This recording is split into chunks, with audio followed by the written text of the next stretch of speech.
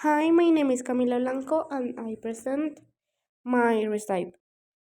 The ingredients of my recipe is 1 pound cake, fresh broccoli, 2 tablespoons of water, 1 a cup of cheese, 8 eggs, 1 a cup of Parmesan cheese.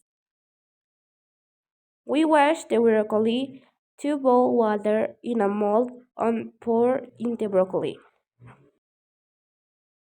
Dry in the broccoli and pour in a mold, cleaning it with cheese.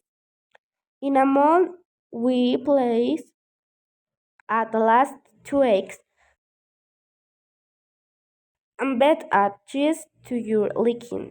Let it most for 39 seconds and pour into the broccoli. Let it fresh for 29 seconds.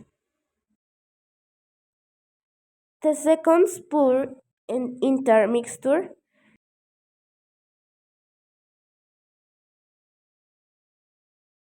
into a freezing pan or microwave water and let omelette cook for 25 minutes and add salt and pepper to taste.